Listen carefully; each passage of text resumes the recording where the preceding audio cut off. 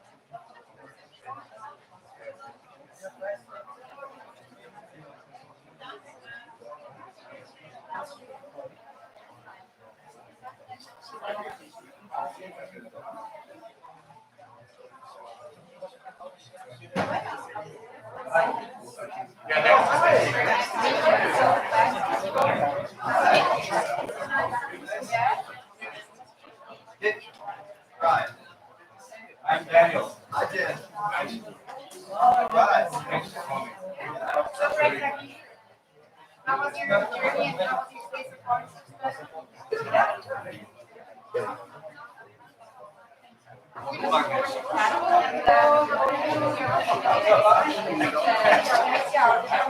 Bien travaillé.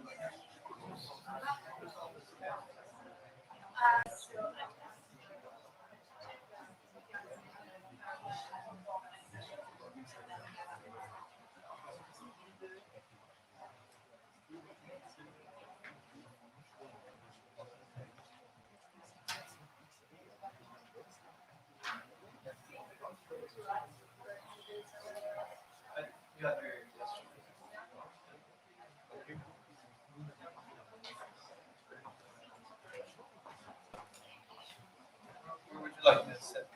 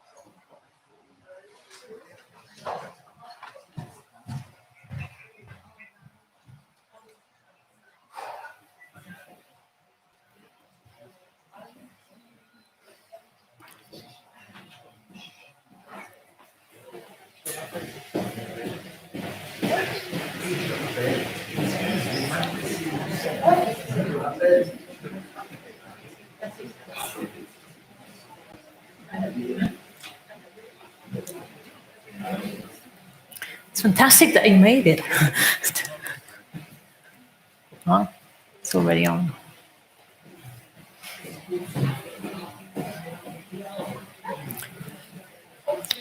Did you like? Oh my God, look at Gordana.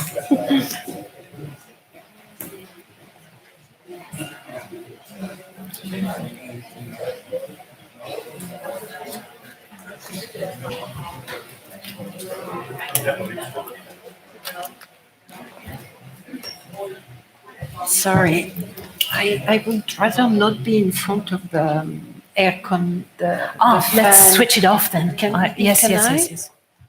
Just because. Kann man den Ventilator abstellen? Sie will, Frau Callamard will nicht neben dem Ventilator sitzen. Kann man den abstellen? Ist gut.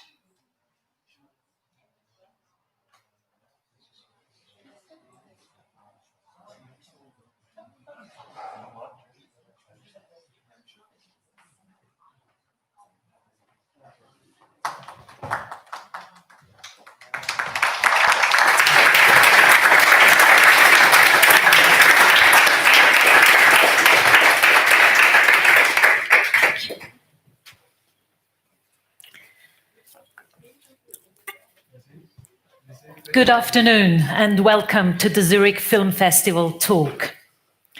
Exactly 2 years ago, on October 2nd, 2018, the Saudi journalist Jamal Khashoggi entered his country's consulate in Istanbul. His fiancée, Hatice Cengiz, was waiting outside. The two wanted to get married the very next day. Khashoggi, who had been living in self-imposed exile in the US, needed some documents for the wedding. Hatice waited outside for hours, but her fiancé did not come back. Khashoggi never came out of the consulate again. He was murdered and his body mutilated by a Saudi hit squad. The Saudi authorities, after repeatedly denying that Khashoggi was killed in the consulate, had to acknowledge that he died there. And later, the kingdom's public prosecutor said Khashoggi had been killed by a team of Saudi agents sent to convince him to come back to Saudi Arabia. The CIA and other foreign intelligence agencies believe that the Saudi murderers were sent to Turkey by the most powerful man in Saudi Arabia, the Crown Prince Mohammed bin Salman. Calls for an international investigation to determine who at the highest level of the state was involved in Mr. Khashoggi's killing were not successful. Just a couple of weeks ago, a court in Riyadh convicted 8 low-level operatives to prison sentences for the Khashoggi killing. The trial was held in secrecy. Not even the names of the suspects were revealed. The Academy Award-winning director Bryan Fogel made a documentary about Mr. Khashoggi and his killing. The Dissident will be shown tonight at the Zurich Film Festival as an international premiere. I'm very honored to welcome all our guests on this extraordinary panel. I would like to start with Khashoggi's fiancée, Hatice Cengiz. Thank you for being here after all you went through. Thank you very much.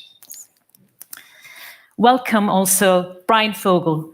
With your first documentary, Icarus, 2 years ago, you won straight away an Oscar, and you make yet another splash with The Dissident. I welcome also Agnès Callamard. She's the special rapporteur appointed by the United Nations Human Rights Council. She has a mandate to report on issues related to extrajudicial killings, and she wrote a report about the Khashoggi killing. I welcome also Anne-Marie Buzatu. She's the senior advisor at ICT for Peace, the foundation that hosts this panel and that supports peace and human dignity in information communication technologies. My name is Gordana Mijuk. I'm the head of the international section at the NZZ am Sonntag, which is written just above here in this building. We will talk on this panel for 45 minutes, and then I want to open up the questions for you. Bryan, congratulations to this documentary. It's full of suspense, and at the same time, it's an eye-opener. It shows a context that I was not aware of. I'm sure we come back to that. But can you tell us, why did you decide to make this film? What intrigued you about this horrific case? Well,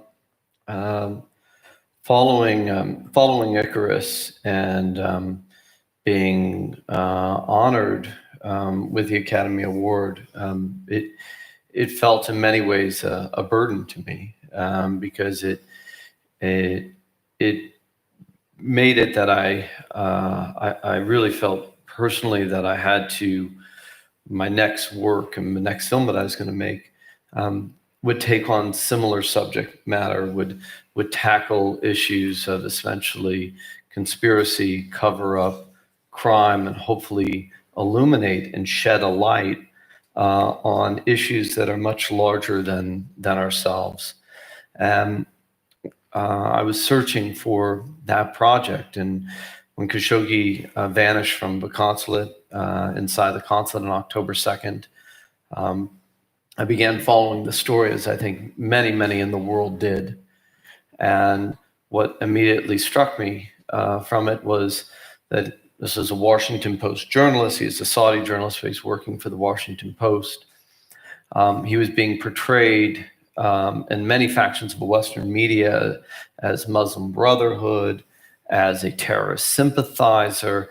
And then as I started reading his writings and reading what he was writing about, and reading his Twitter feed, I saw that this was actually not the case at all. He was advocating for freedom of speech. He was advocating for freedom of press. He was advocating for his people of Saudi Arabia, a country that he loved, to be able to have basic liberties and rights that all of us sitting in this room here today take for granted. So he was not who he was being painted as. At the same time, I'm reading the story of Hatice Cengiz and the incalculable loss and trauma that she was going through, which nobody in this room hopefully could ever imagine or experience. And then I was reading about Omar Abdulaziz, the Saudi dissident living in Montreal, who was claiming that Saudi Arabia had sent a kill team for him, that they were trying to rendition him. And even more importantly, his phone had been hacked using Pegasus software, as well as Khashoggi's phone. And they knew of everything that the two of them were working on to essentially try to take control of the false narrative that Saudi Arabia was putting forward on Twitter, using fake campaigns and bots and Twitter trolls. So these combination of elements really made me feel that there was a story to be told. And what hinged on that for me was whether or not I'd be able to gain the trust and whether or not I would be able to gain the access of Hatice, Omar, Agnès, the Turkish investigators, and the Washington Post to be able to truthfully and authentically tell this story, but at the same time, hopefully be able to craft it into a thriller. So, I began on this journey basically October 15th, the day that Saudi Arabia admitted that he had in fact died in the consulate. My first call was to Karen Attia at the Washington Post, who was Jamal's editor. The Post immediately opened their doors to me. I was sitting with the editors of the Washington Post. I believe it was on October 20th. They said that they would work with me and that they would allow me to interview them and share information. And I then set out to try to make contact with Hatice. I arrived in Istanbul, I believe it was around the second week of November. And Hatice and I spent the next 3 months not filming, but building trust, building a relationship, building a rapport, that she knew that if we were going to work together, that I wasn't looking at this from a point of view of, I'm here with my camera and I'm going to shoot for a few days and take off, but that I'm here and I'm not going anywhere. And I want to work with you and I want to follow you and I want to help you on this journey. And I want to make sure that I can authentically tell your story and hopefully make the world love Jamal as much as you love Jamal. And if you're able to do that, potentially we have a chance of making change. And so that's where this journey began. And that's kind of where my, I guess, motivation behind wanting to make this film began. Mm-hmm. How did you find Omar? He has a crucial role in your storytelling. How did you find his trust? Omar Abdulaziz lives in Montreal in self-exile. He left Saudi Arabia when he was 19 years old to be a student in Canada. And at the time that he left to be a student, and this still goes on, Saudi Arabia helps send students abroad, pays for their educations to be educated in the West with the commitment that they will come back to Saudi Arabia and work after having their education being paid for in the West. So Omar came to Montreal to go to school. At the time, he spoke not a word of English.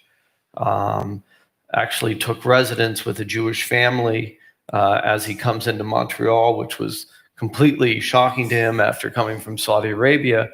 And quickly, as he explains it to me, starts understanding that, these Canadians are nice people. The Westerners seem to be very friendly. He starts learning English, and he immediately starts realizing that what's going on in his country is not what is being painted, meaning what is being painted in the West in his country is actually not the reality. So he starts falling in love with the West and the people that he's in school with. And at this time is essentially the rise of the Arab Spring. And the Arab Spring took root on Twitter. The Twitter basically empowered the Arab Spring. It allowed all these activists from all over the world to, and especially in the Arab world, to have a voice and have a way to come together and congregate. And Omar obviously is starting to see this on Twitter, see this action among the youth in these Arab countries wanting change of these totalitarian regimes, these dictatorships, these, illegitimate presidencies, right? And Omar starts taking to Twitter. And in so doing, he immediately becomes an enemy of the Saudi state, because he starts criticizing basically the government within Saudi Arabia, which is completely and utterly off limits. And it reaches a point that he goes back to visit his family in Saudi. And while he's there visiting his family, because his mother has cancer, they come to arrest him. And his father, who was actually a Saudi intelligence officer, tells his son, you have two choices. You either go in and they're going to arrest you and you will be silenced for the rest of your life. If you ever speak anything, you will not be able to leave the country, or you get out of here. And Omar basically turned around. He went to the airport.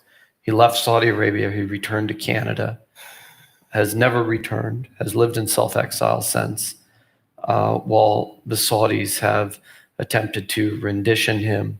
His brothers are jailed, tortured. They've tortured members of his family. His family lives under a travel ban, and he remains in Canada under the protection of the Canadian government while he continues his activism work on Twitter against the Saudis. And so when I went to approach him, he was very, he didn't know me. He didn't know what my intentions were. He knew I was a filmmaker. He had heard I'd, won awards, but that wasn't enough.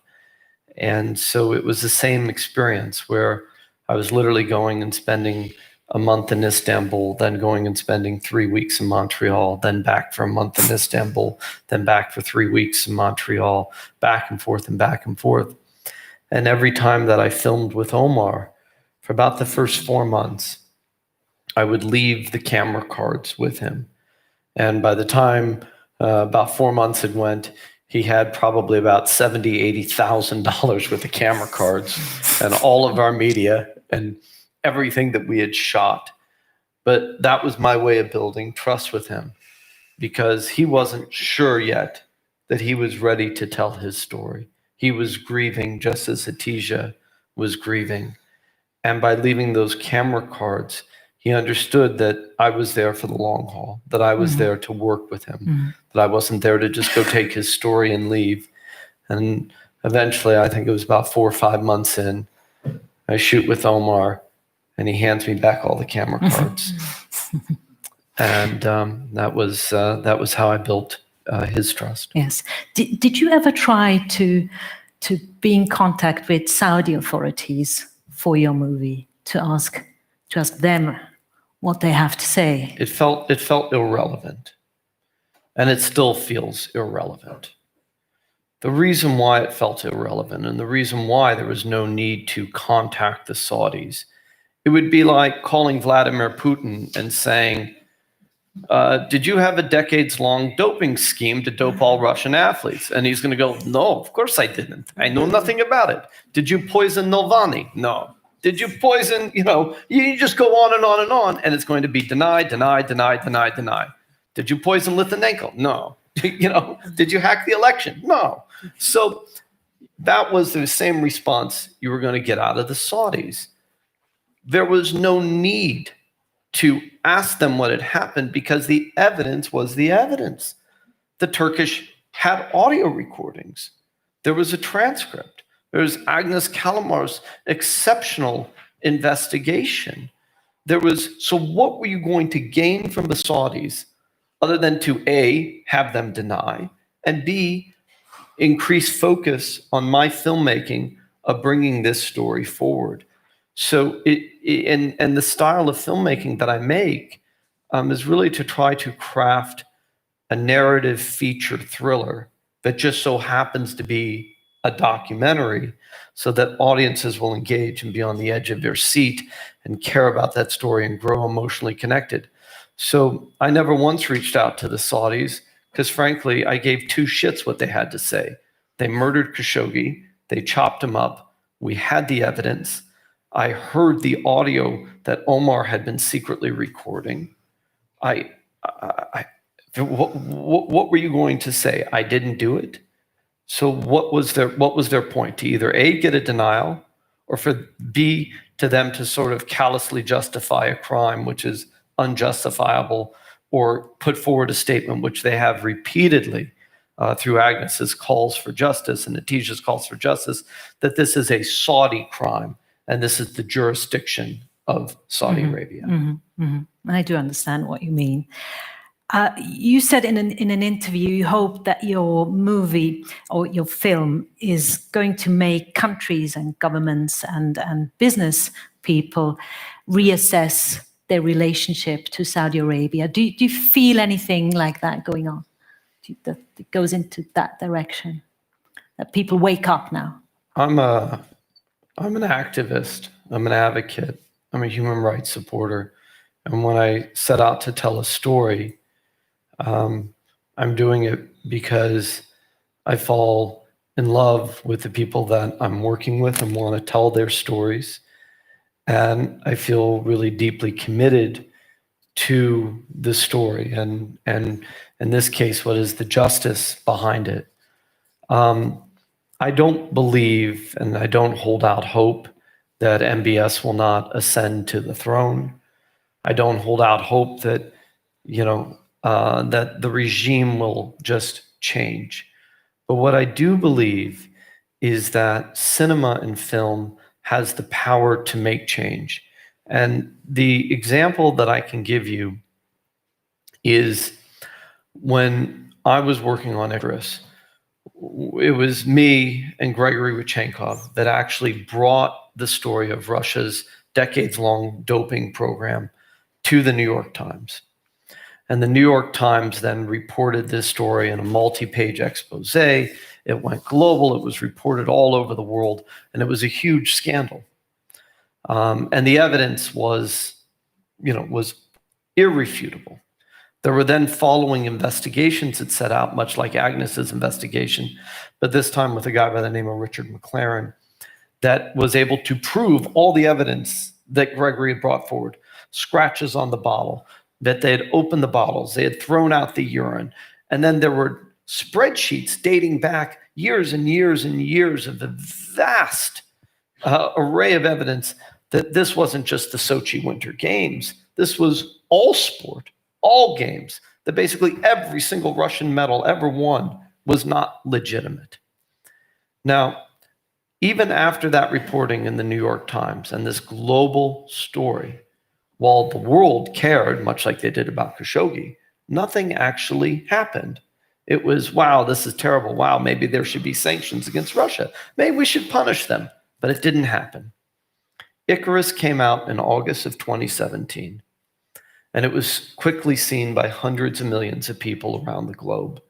And suddenly, the International Olympic Committee, which was essentially in bed with the Russians because the Russians are financing the Olympic Committee, realized now that they had a true crisis on their hands and they had to do something. 5 months later, they banned Russia from the 2018 Pyeongchang Olympic Games. And had Russia, had the 2020 Summer Games happened, Russia was going to be banned again. That was the result of Icarus. And the IOC, in their reasons decision behind banning Russia, even cited the film. So to me, that is the power of filmmaking that press and media and conventional forms of journalism and news media can often not accomplish. You can look at other films in the past, whether it was Blackfish, that essentially closed down SeaWorld and showed the plight of what these killer whales and other animals at SeaWorld were going through. You can look at The Cove and the dolphin killing that was going on off of Japan that was quickly then condemned and banned.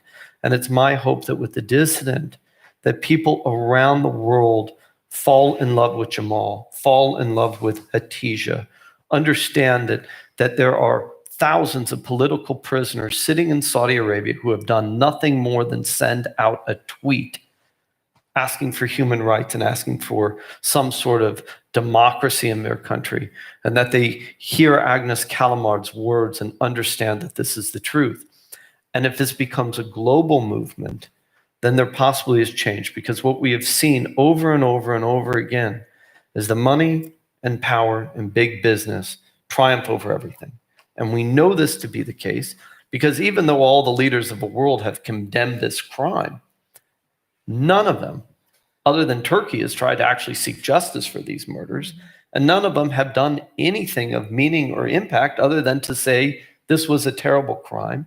And here we have the G20 happening on November 20th in Saudi Arabia, in Riyadh. The leaders of the world are going to go to Riyadh and basically shake hands and be buddies with a murderer. And so I do believe that there can be reform and there can be change, but it has to come at the mass public level that pressures their leaders to actually take action. Mm-hmm. Thank you. Hatice, thank you again for being here. Tell me, how do you see your role now in this activism that Bryan just laid out? I feel we should listen Bryan more and more and more, because during 2 years he couldn't speak about anything. He just shoot and with it the people and countries, and he felt a lot of things he couldn't tell that story. So now I understand him more, by the way, because he was too busy with the work or the shooting, right?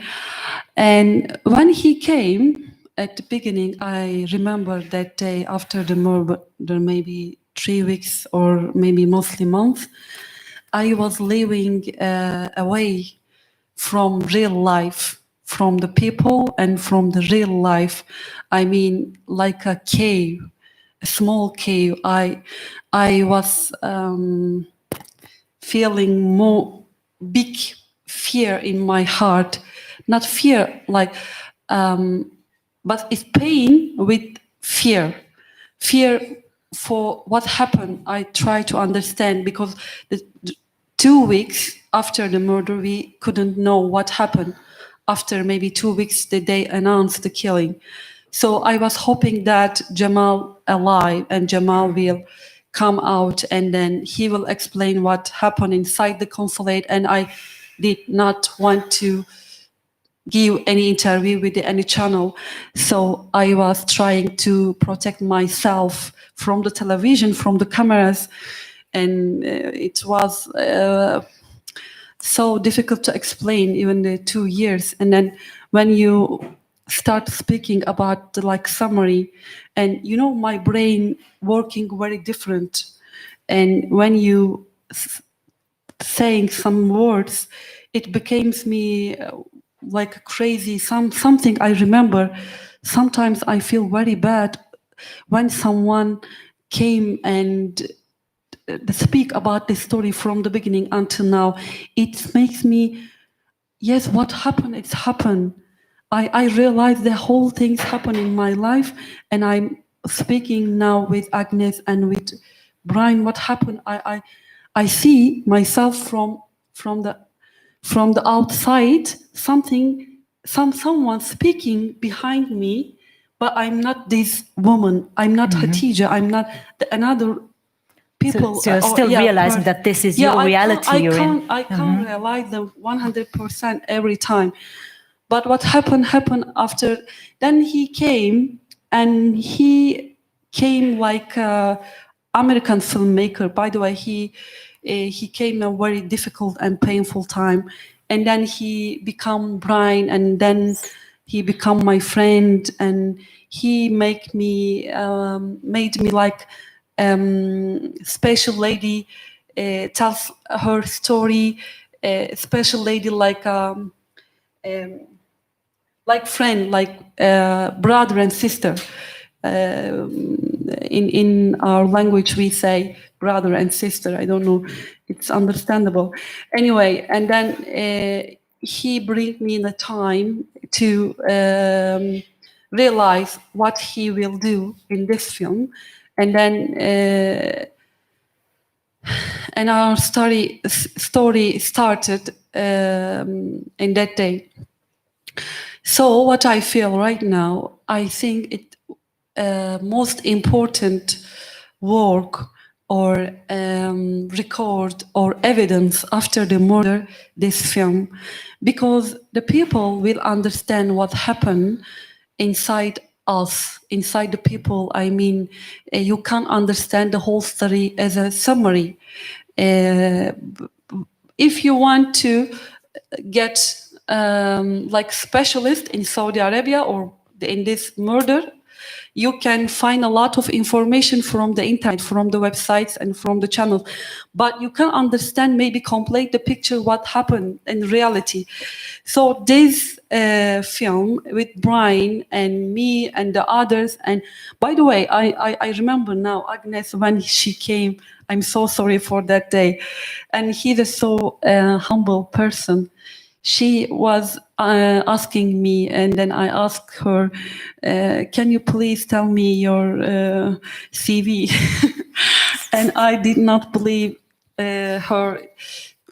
She will do something different, because I understood the very bad things in a very short time from the countries, from the European countries, from the UN, from the United States. And then I was asking, what you will do? You are the not country. You are not coming from the USA. It's just a theater or something. And then I asked a very hard question. I'm sorry, Agnès, but and she did very, very important and good job. But I understand now more than before. Of course, I understood the politics a little bit, but I'm not, of course, unhappy what I understood. So that's why I help this film. I help this journey with Bryan. It's not I help. I share my story. It's not helping. He helped me. She helped me. I can say I'm proud of be part of this journey with them. He was the best name, I believe, that day to share my story with him, and she also played a very important and unusual part in this journey. Also, she became my friend, like a big sister for me, and that's it. Agnès Callamard, as US Special Rapporteur, you said there is evidence that the highest level of state are involved in this killing. What is that evidence? Can you tell us a bit what your report that you did about the killing, what does it say? Thank you very much for welcoming me. It's a pleasure to be here with my friends. So the killing of Jamal Khashoggi was, in fact, multiple killings. and I'm sorry if you've already heard that before, but I think it's important to repeat that he was killed. But in addition to that, he was disappeared, because we still don't know where his body remains are, and under international law, unless it is very clear what happened to the remains, it remains a case of enforced disappearance. He was also tortured in terms of how they went about to kill him. And then there are the other dimension of the crime. It was a violation of the Vienna Convention on Consular Relations. It was a violation of the UN Charter prohibiting the use of force in times of peace extraterritorially. It was an attack, a crime against Turkey. It was a crime against the United States. And by extension, because many of those crimes constitute customary law, the prohibition of them, it was a crime against the international community altogether. So the nature of the killing of Jamal Khashoggi is quite unprecedented, and it has multiple dimensions. The responsibility of the state for that crime left very little doubt, based on the evidence collected and based on the interpretation of the evidence against international human rights standards. The only logical implication is that the state of Saudi Arabia is responsible for the crime. At the most basic level, the team of 15 men were all officials of the state. They traveled, some of them with diplomatic passport. Their private jet, resourced by the state, at diplomatic clearance. An operation of that nature is expensive. It was heavily resourced by the state, not by private individuals.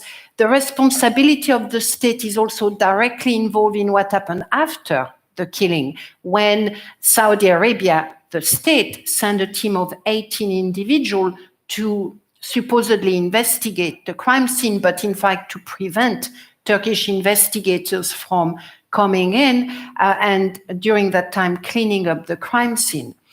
So the notion that this could have been a rogue operation just flies in light of the evidence and in light of the international standard regarding state responsibility. There is nothing in that crime that could lead anyone, not just me, to conclude that this was the action of individuals acting of their own decision making.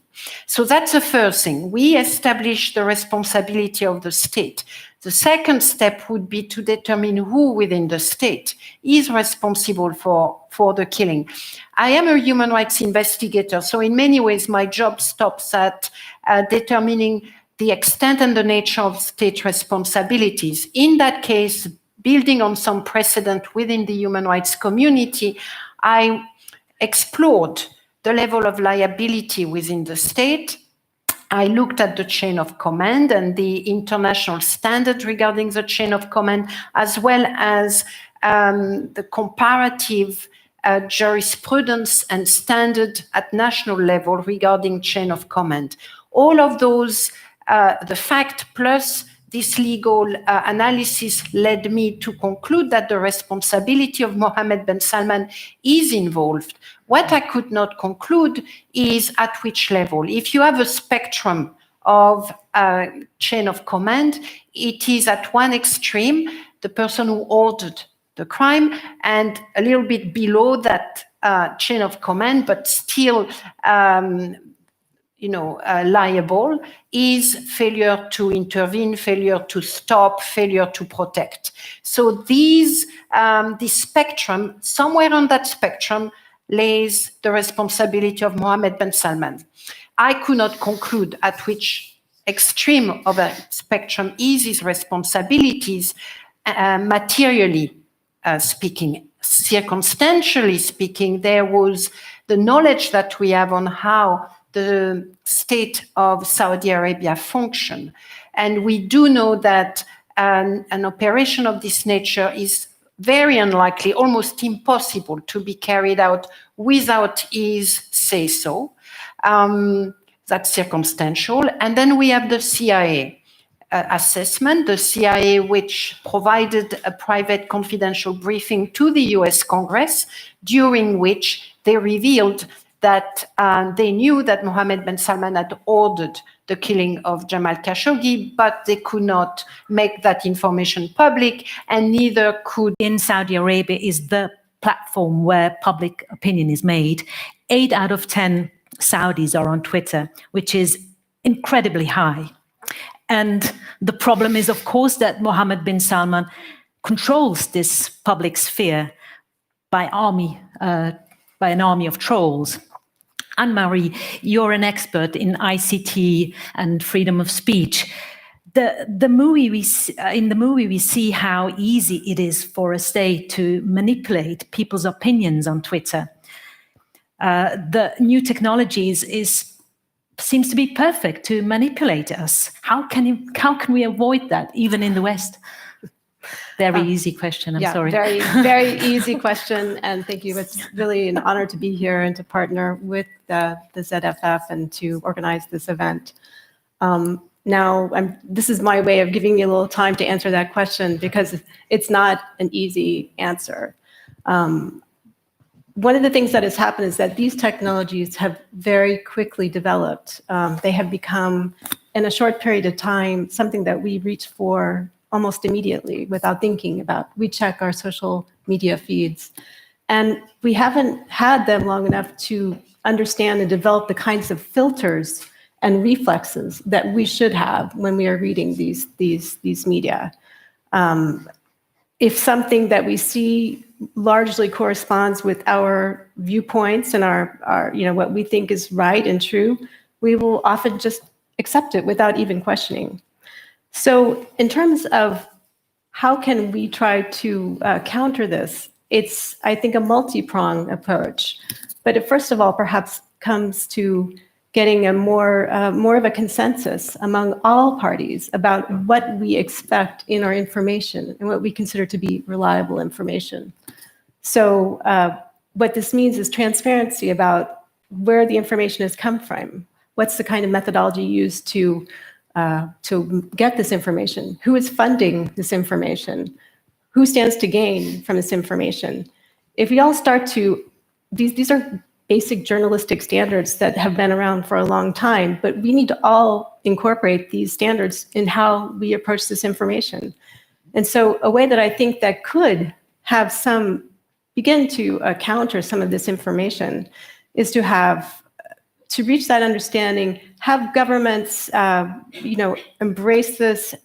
Many of them are already running media literacy campaigns to try to educate the public about how to consider information, how to check them. Social media companies, in terms of their terms of service, what in their community standards for what they expect of information. Already we have seen in the face of the pandemic a real change and actually the possibility for the ability of social media companies to police the veracity and the truthfulness of information, because it's our health. But is it really so much less dangerous and harmful to us if it's our democracy? So, and then we as individuals, we need to have that reflex. We need to think, okay, wait a minute, before we forward it, before we just send it on or pass on the information on the social media platform, to think, okay, who is, those questions, who did this, who stands to gain, who's funding this? Is this really true? I'm going to check. It's not something that we often do, but it's something that we all have to do. And I think there are responsibilities at all levels, but if we're going to have we're going to change this, we're going to have to do this together. Mm-hmm. Can I add something? I think as well in the case of countries like Saudi Arabia or Iran, the individual reaction is extremely important, but it will not be sufficient. Yeah. Because in those countries, you have actually an instrumentalization, a weaponization of those platforms for the purpose of propaganda and thought control. So there, the responsibility of the platforms, which are usually not incorporated in those countries, is involved. I mean, in the case of Twitter, they've taken some actions repeatedly, in fact, to turn off a number of accounts, to cancel thousands of accounts which were trolls accounts. Facebook has done the same in other places. For instance, very recently in the Philippines, Facebook has taken steps to stop a number of accounts that were linked with the military and aimed at creating a propaganda. So the responsibility of the platforms, in my view, is directly involved. And I'm not suggesting that they should engage in censorship, but here we're talking about practical element. It's not about controlling the content. It's about controlling the fake account that are being established for the sole purpose of creating the sense of information, a sense of viewpoints which are actually completely manipulated and manufactured. In those countries, I think it is very important for the platforms to be particularly aware of the risk of propaganda and manipulation and be prepared to intervene in spite of their economic interest, which, as we all know, play a very large role in, unfortunately, their decision-making. Thank you. As we are running a bit late, I would like to open up the questions to the audience. Who has a question? At the back, the lady. I think there are microphones around.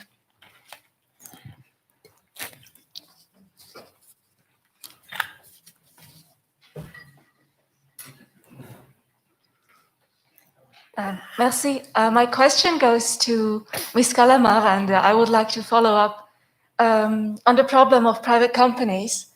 What are the actual odds that the private company, NSO, which sold the surveillance technology to Saudi Arabia, what are the odds of actually holding that private company accountable? Because they knew what the technology will be used for.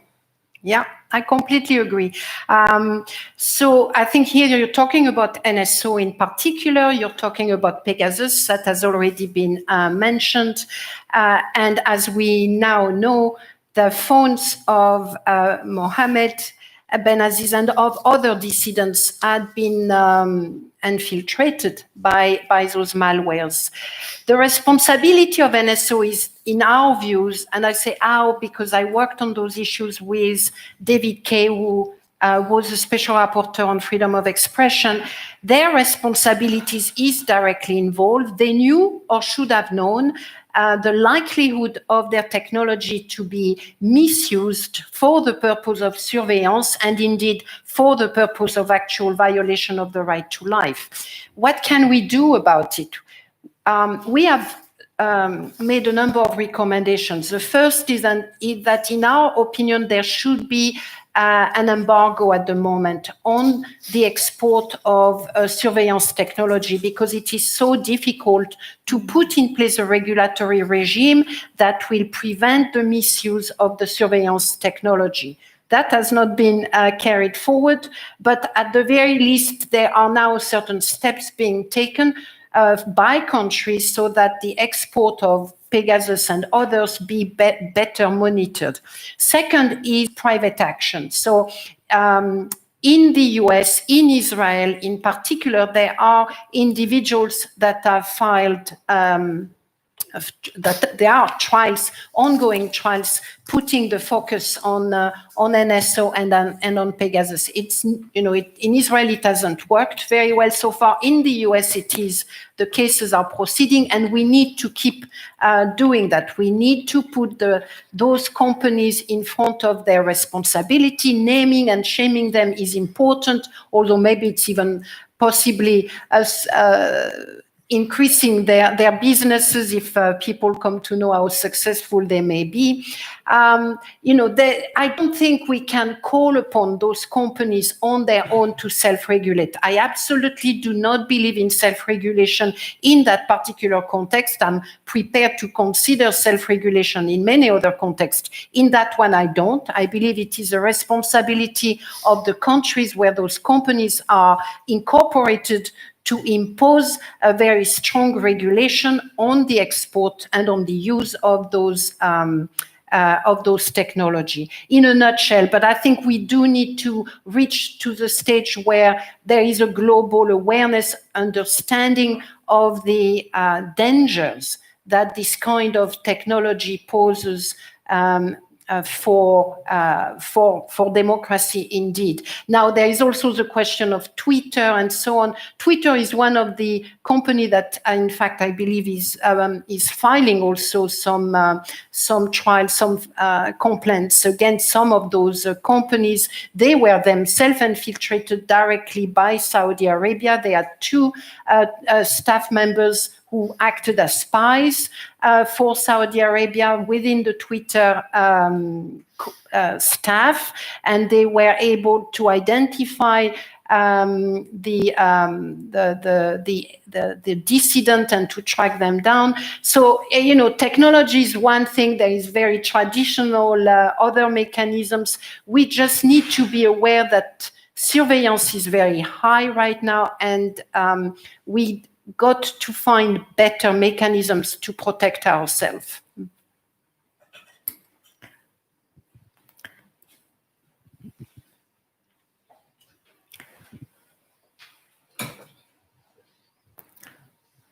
Somebody's on the way. The microphone is on the way. Thank you very much. I'm very impressed of all what you said today. I have a question to Mr. Bryan Fogel. What are your expectations? How many people will see your film the coming 1 or 2 years? Well, COVID and the pandemic has certainly slowed that down.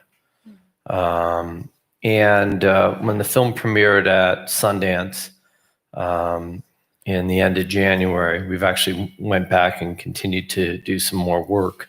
So what will be shown tonight and tomorrow on Sunday is the first time anybody has seen the final film. But the reviews and the response was exceptional. I had initially hoped that a major global streamer, there's basically 2 of them, would carry the film that would allow, instantly for hundreds of millions of people around the globe to have access to it. That did not materialize as these companies themselves are conflicted and have conflicts within the region in Saudi Arabia and have business interests within the kingdom. So that leaves us with what we're doing now, which is theatrically distributing the film. The film will release in the middle of December in the United States, hopefully platform up onto, 1,000 screens. It will then, be available on a rental system. It will then hopefully go onto a streaming platform once the risk for that streamer to brand it as an original is gone. The same will be happening all over the world with incredible distributors. Here in Switzerland, we have DCM, which is a wonderful theatrical distributor. I don't know the exact date that they plan to release the film, but it will release in German, Swiss, Austrian cinemas. I'm sure it will then go on to a paid platform, and it'll then go on to a television platform. So it's my hope that over the next few years, hundreds of millions of people will see the film, I think word of mouth obviously goes a long way, and if a reaction globally for the film is what we experienced out of Sundance in January, that I'm very optimistic that even with COVID and the world and the way that it is, that that many people around the globe will be able to see the film. Who wants to ask the last question? Yes, thank you. My name is Daniel Stauffacher from ICT for Peace Foundation, and I'm proud to be here today with you. Madam, as we're honoring Mr. Khashoggi today, for what it stands for as a leader for free press and human dignity. And we are impressed by your courage, that how you handle the situation. And we are impressed by your personality. What is your plan? What is your strategy to move forward this? I think you have a special role to play in the cause that we are discussing today, and how overcome all these negative sides of information society or society in general. What is your role? What is your plan? Thank you. I don't have any real plan. I was a civil normal person before Jamal and even after Jamal, so I don't want to make myself like a strategist or planning to my future to get more like situation or name. But I want, or I like to change a little bit the fiancée of Jamal, because now I'm proud of my husband Jamal, but it makes you a more like identity, new identity, but it's not identity, it's a role. It was a role, but I want show my my life and myself in a different way in the future, by the way. And then I'm not planning, but sometimes life getting you a lot of choices. What happened right now and after Jamal, and I'm speaking with you right now here, and there is something optimistic, getting better with time, and with this film and Agnès, my friends, Jamal's friends. And I lost my husband, but I earn a lot of people after Jamal to get a little bit hopeful and happy. And all these points makes me more optimistic for the future. But of course, 100% change my thoughts and life.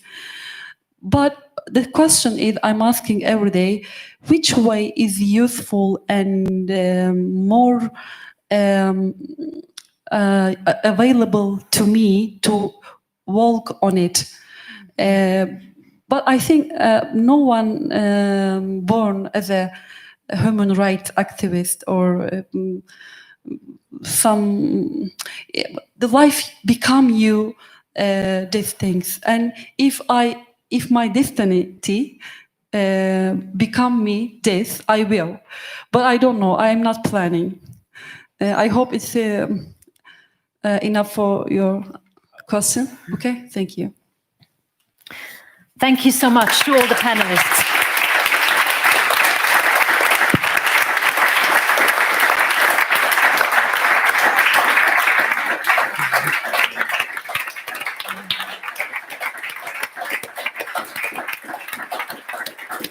So please go and see the movie tonight, The Dissident. Or tomorrow, or Sunday. Yeah. Thank you. Thank you.